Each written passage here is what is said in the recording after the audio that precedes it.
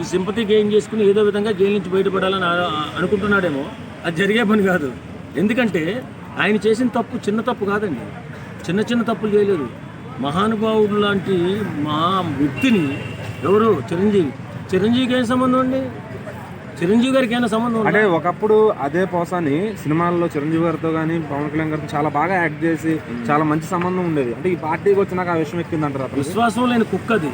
దానికి ఎప్పటి నుంచో కుక్కనైజ్ ఉంది. దాన్ని కుక్కను అనకూడదు కానీ కుక్కనైజ్ ఉంది అదొకటి. కాకపోతే నేను గమనించింది ఏంటంటే పవన్ కళ్యాణ్ గారిని నోటుకొచ్చిన ఆ అభిమాని ఎవరో ఎక్కడో ఏదో పోస్ట్ పెట్టాడంట, మీ భార్య ఏంటిరా అని. దానికి ఇన్ని కోట్ల మంది అభిమానం ఉన్నటువంటి పవన్ కళ్యాణ్ గారిని నువ్వు ఎందుకు ఆపలేకపోయావు అని చెప్పి బూతులు పెట్టాడు. అసలు సంబంధం లేదు, అసలు పవన్ కళ్యాణ్ గారికి సంబంధమే లేదు. ఆడు ఎవరు తిట్టాడో ఎవరు పవన్ కళ్యాణ్ చూసే ఉంటారు. అంత ఉచ్చ నీచాలు లేకుండా నీచాతి నీచంగా నీచుడిగా మారిపోయి పవన్ కళ్యాణ్ గారిని నానా బూతులు మాట్లాడాడు. ఇలాంటి వాడిని పవన్ కళ్యాణ్ రాజకీయంగా ఏదో తిట్టాడే అనుకోవచ్చు. వెంటనే పవన్ కళ్యాణ్ అయిపోయిన టర్న్ తీసుకుని చిరంజీవి గారి మీదకి వచ్చాడు. అసలు చిరంజీవి అంటే ఏంటండి? వేరు నాకు తీరుడు. ఆయన్ని చూసి, ఆయన కుటుంబ వ్యవస్థను చూసి అన్ని కుటుంబాలు కూడా అలా కుమ్మడి కుటుంబంలో బతకాలని చిరంజీవి గారు నడకను చూసి నేర్చుకున్నారు.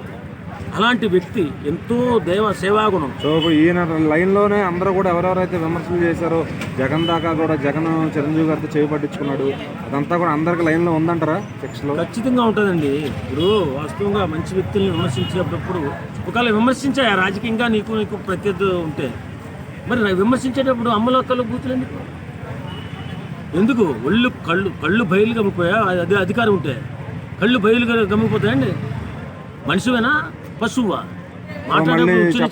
సజ్జలు చెప్పాడు మాట అన్నానని చెప్పేశాడు ఆయన. మరి సజ్జలకు ఎవరు చెప్పారు? జగనే చెప్తాడు ఆటోమేటిక్ గా.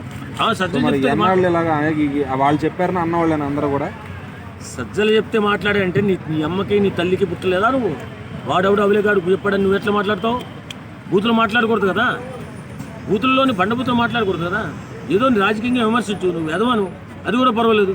ఒరి నీయమో నువ్వు మాట్లాడిన మాట అసలు నిజంగా ఆ రోజు బ్లాక్ డే అండి. నిజంగా ఇంత భయంకరంగా ప్రెస్ మీట్ పెట్టి ప్రెస్ ముందు అందరి ముందు ప్రెస్ అంటే ఏంటి? సమాజాన్ని సక్రమ వర్గంలో నడిపేటట్టు వ్యవస్థను దగ్గరలోకి పెట్టుకుని నోటుకొచ్చిన బూతులు మాట్లాడేవంటే నిన్ను క్షమించకూడదు పోసాని కృష్ణమురళి. నువ్వు మాత్రం నీకు ఎలా ఉంటుందో చూద్దాం.